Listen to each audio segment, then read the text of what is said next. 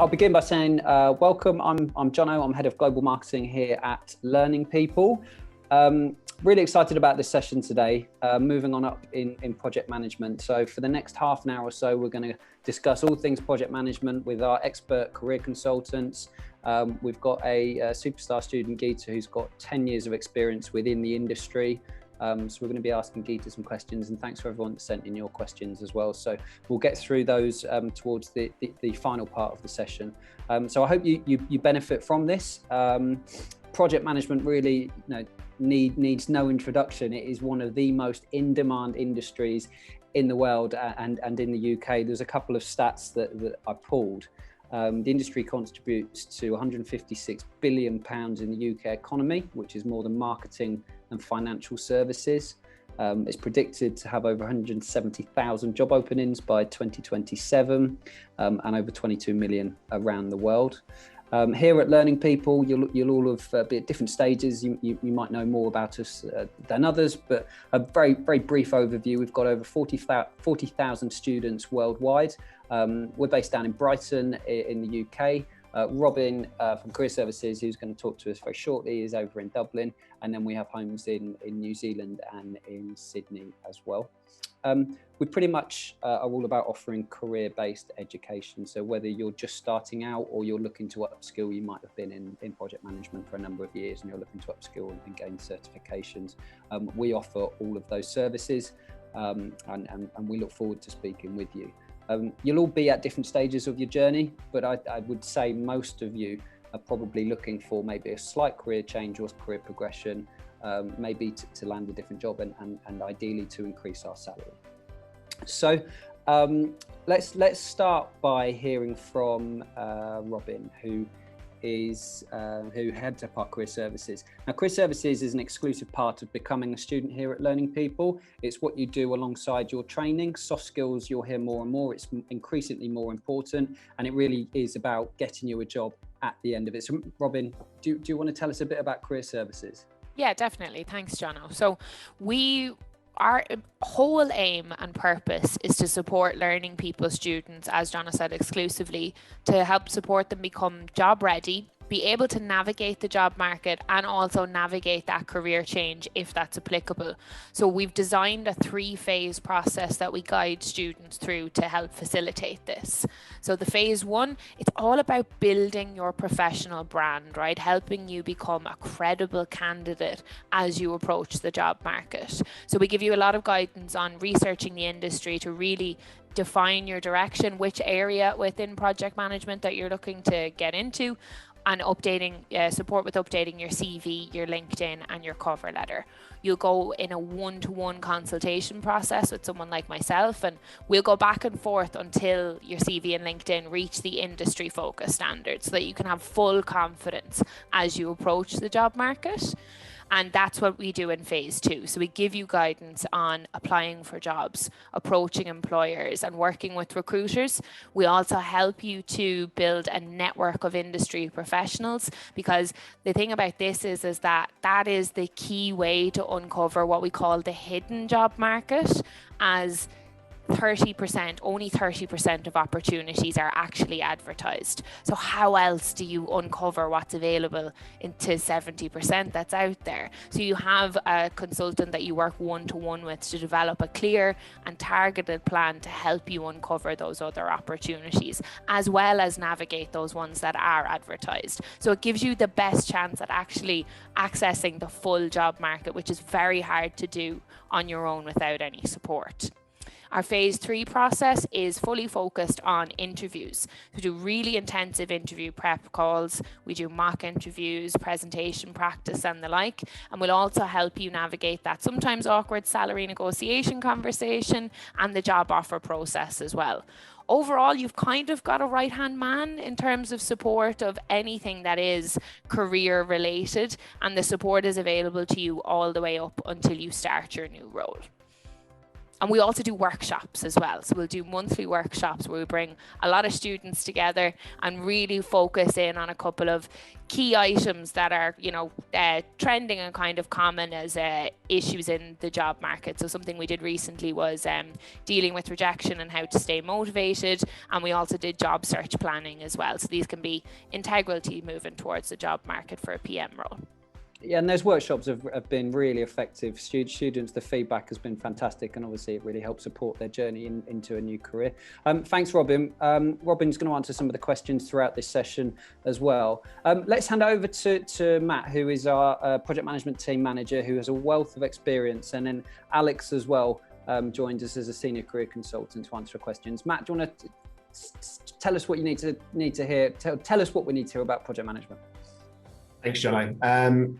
Yeah, I mean, brief introduction. Like I said, I head up the project management team here at the Learning People, and my role, I've been with the company now for 9 years this summer, and over the course of that 9 years, I've probably seen more changes to the field of project management than most people would have seen in 30 years. It's been pandemics, it's been Brexit referendums, it's been recessions. It's the impact it's had on the project management profession has been monumental, probably arguably more so than most other fields. And my job is to help the team navigate you through the process of your certification path and then in turn your career path. We will have hundreds of people come to us every week, like yourselves, looking for guidance on what course is relevant for them, what career path is relevant for them, what industry they're looking to go into. And it's mine and my team's job to just sort of help you navigate that with one-to-one specialist advice. The team itself has got a well over 50 years combined experience in helping people at all different stages of their careers, whether they're completely entry level, whether they've been doing it with cross-transferable skills, or even right the way through to the point where people are looking to take the step into consultancy work. The common theme is what is relevant to them. So me and my team, that's our job, to help guide you through that. But the best thing I can say is it's never been more accessible as an industry to get into. Project management has never seen so many opportunities. And the stat that continues to blow my mind is that apart from nurses and HGV drivers, project managers are the most in-demand professionals across Europe and specifically the UK. So yeah, that's a bit about me and my team's role. Delighted to have Alex join us today. I really am. Alex is one of our most popular consultants on the team and with the students he speaks to. So Alex, do you want to introduce yourself? Yeah, brilliant. Thanks for that. So yeah, I'm a career consultant here at the Learning People. So essentially my job here is to make sure that whatever pathway we look for each individual student is the right one for yourself. So each student will be very different. I think that's the great thing about what we do. We speak to people with no experience, people with 10, 20 years experience. So we're here to really make sure that whatever you're looking for, whether that's progression, higher salary, we're going for the right option. I think what to really add is just to echo what Matt said, is there's never been a better time to look to get into the industry, and that won't change. Project management is very much in demand, and it will stay in demand. You've got economic growth, you've got all different kinds of factors that affect the amount of projects that are currently taking place. So whether you're looking at serving your career or starting in project management, it's a great time to get into it. Thanks, Alex. Thanks, Matt. Right, so I love these sessions because obviously my job in marketing is obviously to promote our services to everyone, and then to promote our services for people to enrol with us, go through that journey, and ideally land a job at the end of it. And Geeta's extremely experienced, over 10 years experience in industry, working within operations management in the retail sector, working for Arcadia and also Swarovski, I think it was pronunciation, for the jewelry company, and now really exciting role, project manager in the Ministry of Justice. So Geeta, thank you for joining us today.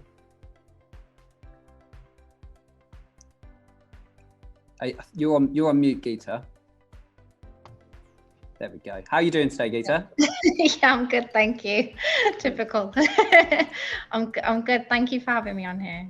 Well, no, you're absolute pleasure to have you. So for the next 10 minutes or so, I just want to talk to you and hear about your journey. And maybe if you could just start by telling us about why you chose to get into project management in the first place.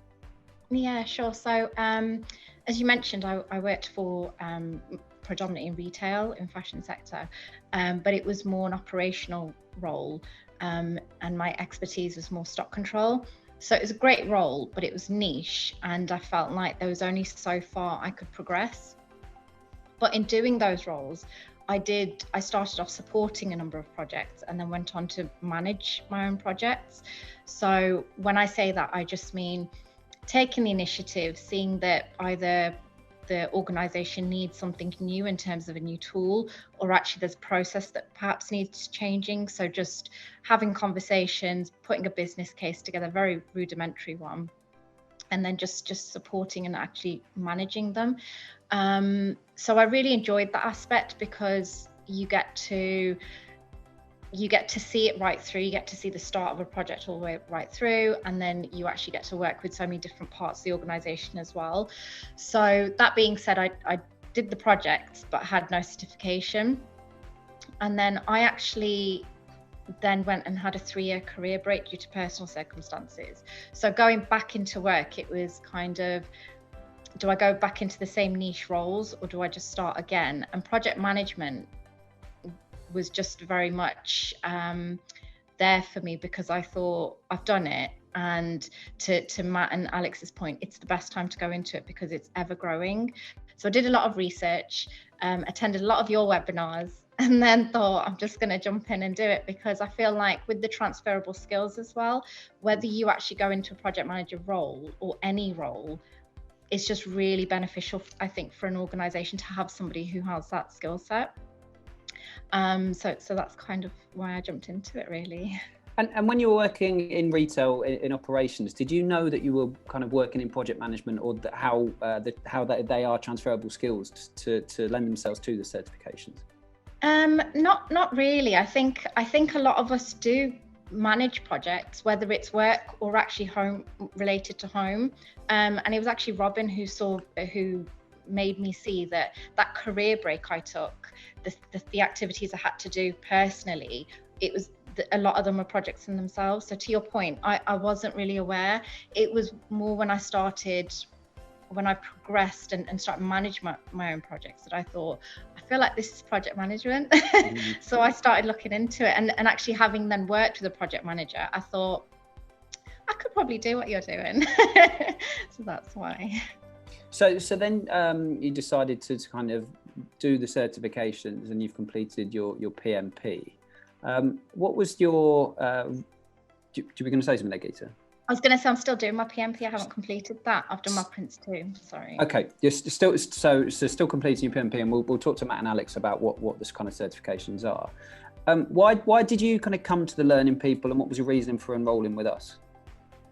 I think I did research it quite a lot, and I spoke to a number of different course providers, but with the Learning People, as I said, I attended the webinars, and I think what really sold it for me was that it's not just a course you provide, it's the whole, holistically, you're providing an entire career services package. So that support, consultation support, as it were, the ad hoc ongoing webinars that you also do, revision classes that you do. Because I was in a place where I didn't have much confidence, as it were, I just needed kind of, in addition to doing the course, it was just so helpful for me to know that there's also somebody I can speak to, and the team, you can ring a number, there's always somebody who's going to answer, and I've had consistent support throughout. So that's kind of what made me come to Learning People as opposed to a different course provider. It's lovely feedback, and using the term holistic, which is exactly the service that we tried to offer. But you've also you've got to be committed. You've got to want to learn and pass certifications. So how have you found that in juggling your work and everything else? Has there been a good balance? Yeah, I think so. I think there is always going to be that juggle between professional and your personal life, depending on whether you've got kids and etc. And to your point, it is that commitment. I think what's great is the flexibility that this course allows, because it's being able to just slot in, even if there were days I only got half an hour in, I got that half an hour in. And I think the interface as well for the courses are really helpful as well, because you can watch the video, go back to the videos. It's really, I'm not somebody who's great with tech, so it's really helpful to know that they're really easy to use interface as well in it, and it's great because it gives you that progress. So I'm somebody who likes to feel like I've been rewarded, either by gin in the evening, but in the daytime it's nice to see that percentage that I've succeeded doing 85%, where yesterday it was only 75%. So it's things like that that are really helpful, and being able to support managing. Yeah, no, I think we'll get along well, Geeta, in terms of celebrations. So can you tell us about your role now, project manager for the Ministry of Justice, and how you managed to secure that role? It's a lot of the credit goes to Robin, to be honest. Okay. Because once I started my course, I obviously really committed to the course, but then at the same time, slightly after, I started then looking for jobs, and the team are great in terms of if I needed any short-term kind of interview prep or anything like that, they were always on hand. So with this role in particular, the Ministry of Justice advertised 2 roles. One was project support and one was project manager. I applied for both, feeling that maybe I won't get the project manager role. And I spoke to Robin about it, had conversations prior to the interviews, and she was really shocked when I said, I think I'm going to go for the project support. And she was like, oh, Geeta, let's put on a professional hat and let's build your confidence. You've got so much experience. Don't take that 3-year career gap as being a negative. Let's look at it and translate it into something positive. So yeah, I just went for that role, and actually what helped me was not just the course, but actually all the transferable skills from my previous roles as well, which is why a lot of what I'm doing now is the implementation and the stakeholder management. So where was the job advertised? LinkedIn. Because obviously we do hear about that a lot. Robin, what's the stat in terms of jobs on LinkedIn? It's not just LinkedIn, it's like advertised online. So they say only 30% of available opportunities. So there's many kind of hidden, elusive jobs that you have to kind of uncover through various different methods rather than just applying. That's kind of the science behind it. And what was the interview process like, Geeta? So it was supposed to be 3 stages, but I only had 2. So the first stage was just a conversation with 3 panel members, and they were all those competency-based questions. So which as Robin knows, I absolutely love. So I had that, and then thereafter it was with my now manager. It was more of a casual, more of a kind of, just talking about my behaviors, my experiences and things, and what I can actually bring to the table now. But it was great because actually, again, from speaking to the consultants, it was the way in which I took it was, as opposed to them interviewing me, it's a conversation about whether I fit, but also whether they fit for me. Thanks, Robin. So it was really great. And then I got a call the next day actually to say I've been selected. So. Well, massive congratulations. You must have felt the interview was progressing well at the time, and that you I think so. Yeah. And so was it face to face or over Zoom? No, all my interviews were over Zoom or some AV platform. Yeah. Did that feel alien? It did, because back when I last applied, it was all obviously going in. So it was a little bit. What I was concerned about was getting my personality across, if you will. So that was kind of my main thing. But I think it worked. It was, well, obviously it did.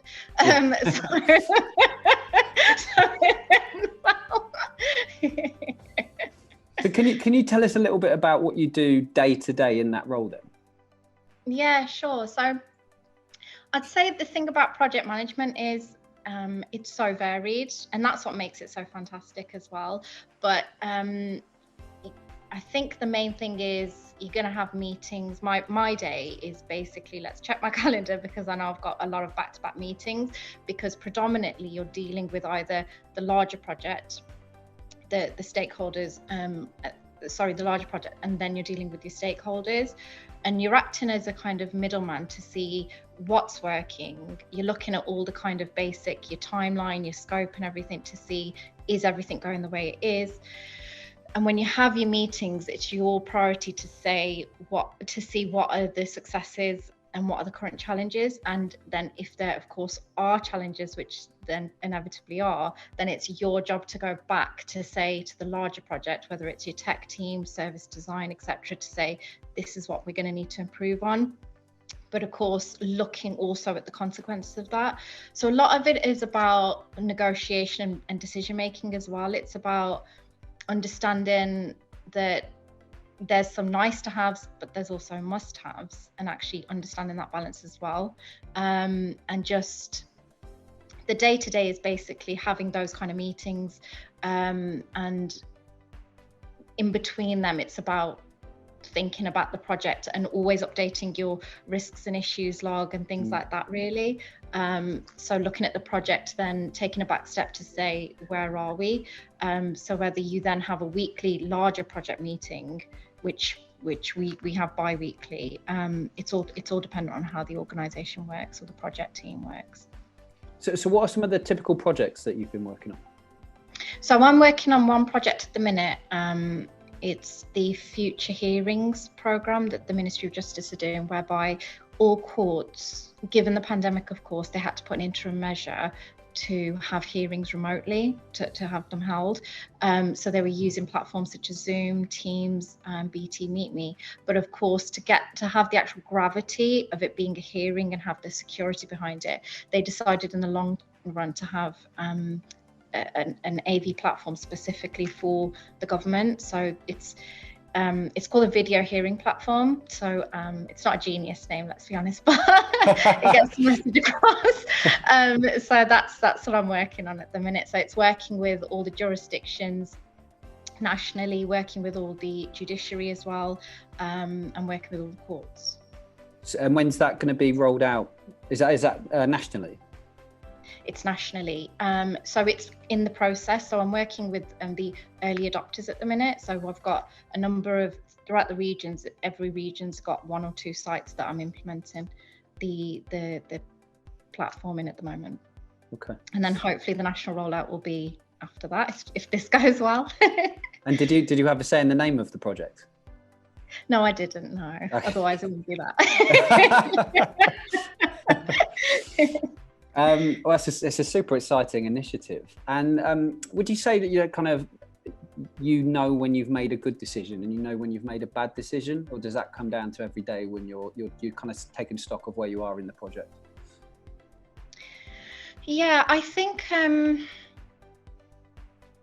that's actually a really good question, because when I was doing the course, when I was looking at project management roles, one thing that I did fear was that you have this feeling as a project management is everything on your shoulders, and are you carrying that weight? And if you make a decision and you make a wrong decision, does that mean the project could just inevitably fall?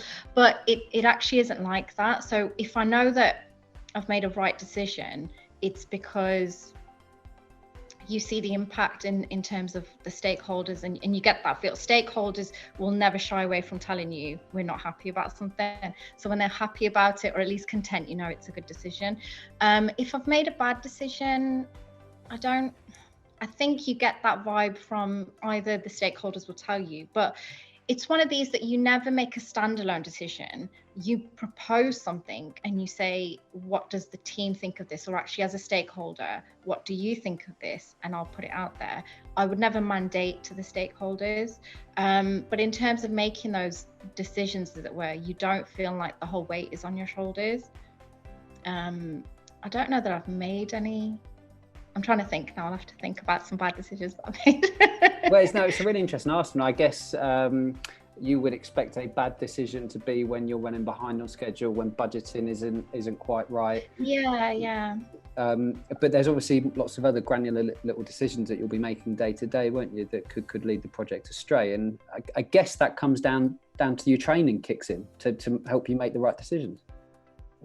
Yeah, no, definitely. And to your point, there's so many granular details as part of a project that change management is always happening, which I wasn't aware of.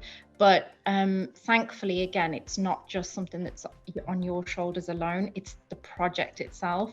So if things that where, for example, with this project, for example, the timing has been pushed, but that doesn't sit on my shoulders. There's only so much I can do. You then turn to such people such as the service design or the tech teams, etc. Communications might not have gone out. So it's things like that where, as long as you've made your commitment, as long as you've kind of had the conversations and made sure that you've chased people, as it were, things like that, then everything is kind of, it's all, I love the word holistic, but it is a holistic project, isn't it? So everybody's kind of got some sort of accountability and responsibility.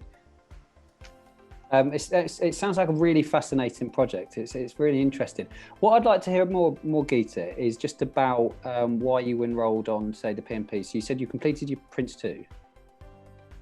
Yeah, so I did the package of Prince 2 Foundation, Practitioner, Agile and PMP. So did my foundation and practitioner last year, so just working towards my PMP now. And the reason I did it was because I feel like with Prince 2, it's more about the technique, isn't it? And it's more about getting the understanding, the real basic understanding. And I think as much as we kind of all like to think we know these things, I always think it's nice to go back to basics, to really get that granular detail and that understanding of things that sometimes you think you know and actually you might not, you may have misunderstood something. So that was helpful in that respect. But the PMP is really interesting because I feel like it really looks at the flexible things of project management, the management, the communication with people, stakeholder engagement and all of that. So that's kind of why I chose it, because to kind of, I think, further my career, I think that will be more supportive in that respect. And Alex and Matt are learning people experts, can help me out. But so the PMP is because obviously Geeta has got experience in the industry already, right? Yeah, so I love what you were saying there, Geeta, because it's so true. The way that we often explain to people is that Prince will teach you how to plan and run the project, but it doesn't actually deal with the day-to-day human elements of being a project manager.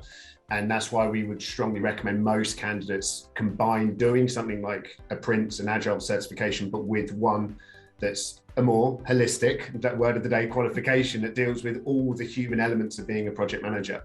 And yes, the PMP is one that is experience pending, but we do obviously have other qualifications that teach you very similar things to very similar industry standards that are designed for more entry-level practitioners as well. But the combination of the two is so powerful. And for me, mainly, I mean, Geeta, you may agree or disagree, but for me, it's the confidence side of things. You know, anybody can learn Prince methodology, anyone can learn Agile, but it doesn't give you the confidence to know that you are a good project manager. You haven't been aligned to best commercial practice. Anybody sat in an interview room or, well, a Zoom waiting room for their interview like you were, will have the confidence to know no matter what questions thrown at you or what they ask you about your experience, you've got the world's best education to back that up. And the confidence that gives you is worth as much as the knowledge it actually gives you as well. Shall we? Thanks, Matt. Shall we? We'll answer some questions that everyone on the session has sent in. So the first, and this is an open forum, so Geeta, please feel free to help out and answer. This comes from Mark. What are the most popular industries in project management at the moment? Maybe Alex, if you start with that. Yeah, definitely. This is a question that we get quite frequently on a consultation, both from people with experience and without any experience. And you can look at it in two different ways. You can look at it, okay, how many jobs are out there in the sectors? And if we look at, say, an APM report, the Association of Project Management, who are the chartered body in the UK, you're looking at really construction, energy and utilities, central and local government, transport and logistics, education, healthcare, and IT really is the biggest sectors. Geeta is a great example there, that you don't always go into a sector that you initially planned, and that's not a bad thing. You know, I wouldn't really worry about that. The job role really stays the same, apart from probably the odd exception like IT. So when we're looking at that initial conversation and seeing which certifications will be best for you, this is definitely questions that we'll run through. I think something for people to consider when they're looking at industry, and yeah, there are ones that are bigger than others. You've got to look at what do you want from the job role itself. Because if you're working in construction, that is very different to working in IT. So you've got to ask yourself, do you want to work at home? Is that important? Do you like being in a team? Do you like being around people? And those are kind of answers that will give you which sector would be better for you, rather than saying, okay, construction's biggest, let me just go straight for that one. Geeta, are you working remotely or in an office? It's hybrid. So Okay. I've literally, this is my second time in the office. I started in January and up until now, it's just been just a very slow progression into the office. And we've only been asked to return since last week and only 1 to 2 days a week. So, but it's really nice. You get that perfect work-life balance, I find. Yeah, exactly. I think when you associate project management, obviously you instantly associate it with construction and engineering, and that you have to be on site, but you absolutely don't. It's the second time so in the office. This question comes in from Tam, probably best suited for Robin. What types of entry-level positions are there in project management, and what does the career ladder look like?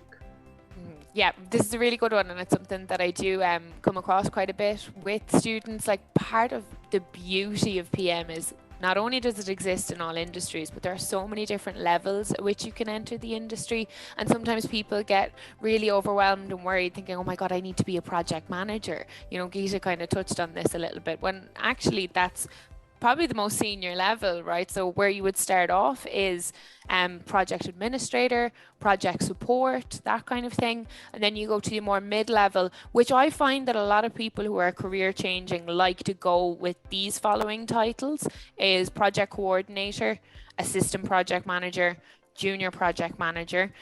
Because what they find is that it means that, like that same fear that Geeta had, is that you're not responsible for everything. You're very much involved in the day-to-day runnings of the project, and you're getting the opportunity to learn from a project manager. And then from there, you can then progress on to the project manager level. Just a couple of questions for you, Geeta. Is your day-to-day standard hours like Monday to Friday, 9 till 5:30? It's kind of flexible. And again, you do find that quite a lot in project management, because of the nature of the beast, where you might have meetings. So some days my meetings do end at like 5:30, sometimes 6, depending on the urgency, as it were. But sometimes it can be just till 3. But then sometimes I start much earlier. So it all does depend. The standard contractual hours are your 9 to 5, but it's depending on, I suppose, industry specific, but there is that flexibility. Okay, yeah, which is lovely to have that flexibility depending on how the project is going, I guess. And then just following on from Robin points in terms of progression, obviously you applied for both roles. One was project support and then one was project manager. You would say that the project manager is a little bit more senior. So where does that leave you in terms of progression? So you've been in this role since January. You're happy in this role, and where do you see yourselves over the next few years? So at the minute, because I'm still doing my PMP and I'm still finding my feet in this role, as it were, so I'm kind of comfortable in kind of progressing as a project manager. Once I've done my PMP and once I kind of feel more settled in this role and this industry, then I think it would be good to look at other industries, or if I'm happy in this sector, to look at that progression in this sector. So the one above myself would be your senior project manager. Thereafter, you got your program managers, so things like that, really. But at the minute, I'm still kind of learning. Yeah, which is great. So Dana has sent in a question. Thanks for your question. What are the most important skills to have when you move from a junior project management role to a more senior role? Maybe Alex, if you answer that one. Yeah, definitely. And this is a really important stage of most people's career when they're looking for that next step. So naturally, you're looking at a lot more of those management skill sets, a lot of the skill sets Geeta's referred to. So problem solving, you're going to make a lot more of decisions that will impact that project. As a project coordinator, potentially even assistant project manager, those decisions won't impact the project as much. So you need to make sure that you can deal with those problems. You've got to be organised, especially if you're managing a team and you're working towards deadlines. Those are the kind of skill sets that would be really important. I think in terms of training, when someone is looking to make that next step up, something that we've definitely looked to, if you don't necessarily have the experience to look at, say, a PMP, like Geeta's got, where you really need to have at least 3 to 5 years experience, something like a PMQ, project management qualification, will really focus on those softer skill sets, but it was really brought in for people to make that next step up. So you start to learn a little bit more about engaging stakeholders, the budgeting side, which when you start your career, you don't necessarily learn. Something that I really like that Geeta said as well is change management. So if you can have those skill sets in dealing with change in an organisation or a project, that will really help you make that next step up, because it falls on your shoulders a little bit more. So certification we offer is the APMG Change Management Foundation. And you don't have to have any experience to do that. So lots of people who might change their career or be at the early stages still find it very useful to get well versed in, because you can implement that in your roles and as you progress up the ladder as well. Great, thanks, Alex. I'm just conscious of time. It's been a great session. So the final question from Shreen, maybe Matt and Robin can help with this. I have been out of the job market for 10 years to look after my family. Would I be able to get a role in project management with such a gap? Yes. Yeah. is probably the most simple answer to that. I mean, you're looking at a situation where, well, you could argue that looking after a family is the biggest project of all. That probably has involved a fair amount of homeschooling as well over recent years. That's probably the most difficult project management anyone's ever undertaken. But the simple answer is yes, you can. And I think we've spoken quite a lot about transferable skills on this session. I mean, Geeta's story is very familiar compared to others. You know, you have a wealth of transferable skills which you can take from any employment you've had, any personal situation you've had. If you align them to a project management certification, of course you can. It's such an in-demand industry that those that have shown the dedication and the willingness to learn and get themselves certified are able to open doors far more easily than they probably anticipate. I mean, Robin, you'd probably support me on that. Throw in the mix of you guys' services. There's absolutely 100% you can. I wholeheartedly agree. Like, I think this person, all you're missing now is the certification, because with the knowledge that you gain through the certification, that then allows you to understand how your skills transfer to what is required of you in a project-based role. So that's all that you're missing. And like that, you'd have the likes of support of myself, which I did with Geeta, you know, to help you showcase those transferable skills from that personal experience that you've had and professional experience. So Geeta, what would you say, or what advice would you give to everybody on this session who's looking to start their journey in project management? I'd definitely say just go for it. I think it's genuinely been life-changing.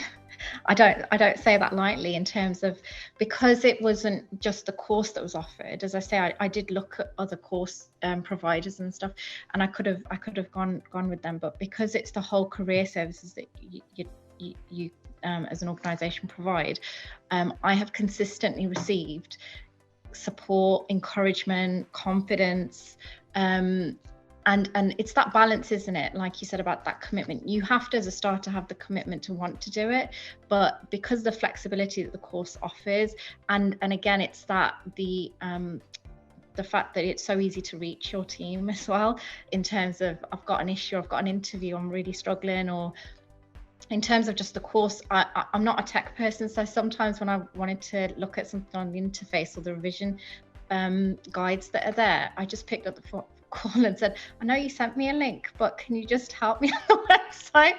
And I was never made to feel silly or anything, you know. So I genuinely just say do it, because you have, even if you just put that half an hour here and there, or if you do have just a bulk hour, 2 hours at the weekend or something, it's you'll find that you're able to do the course quite quickly. That's what was surprising for me, was actually it wasn't something that, especially with the Prince 2 stuff, it wasn't so in depth that I felt like, oh my god, I've got so much to do. As long as I put that time and set that time aside for myself, I always just felt like it was a very kind of breezy kind of course to do, if you will. And that's not based on my experience, that's genuinely, you know, just the course itself. Well, it's been great hearing your journey, and I'm sure you've inspired lots of people on this session. Final question, then, would you say it's been worth the investment? Yeah, 100%. It definitely has. And just to say as well that it's been such a short kind of turnaround for me. Where I was this time last year, if you ask Robin, when I hadn't even started the course this time last year. No, I hadn't even started. So given that within the year where I've got to, genuinely personally and professionally, I just feel really proud of myself, and I'm genuinely grateful to your team as well. So yeah. Well, we're proud of you. I think I can speak collectively from everyone at Learning People. So well done to you. Please stay in touch with Progression. Obviously, everyone will be at different stages of who you've contacted if you had a career consultation. Matt, would you just maybe say what needs to happen from here if people do want to speak to us? Pick up the phone is the simple answer to that. You know, you'll all be at different stages of your inquiry and your journey. I think Geet's probably one of the most inspiring people we've spoken to, as someone that was once in the same shoes as other people on this webinar that were thinking about, do I, don't I, what do I do next? So if you're not having consultations at the moment, leave your details on our website, get in contact with our team, and we'll reach out to you in the next 24, 48 hours. If you are already in that consultation process, you know, just continue speaking to whoever is your consultant, be it Alex, Jenny, Martin, Kit, Sam, whoever you are speaking to. Continue that journey, follow it on through, and make that the best informed decision you ever could do. That won't always involve enrolling, but as long as it's a fully informed decision where you've answered all of your questions, then you've made the right decision for you, and that's the most important thing at the end of the day. Great, thanks, Matt. Right, thanks everyone for joining us. We look forward to speaking with you very, very soon. We're going to go and get some lunch. The sun's just come out in Brighton.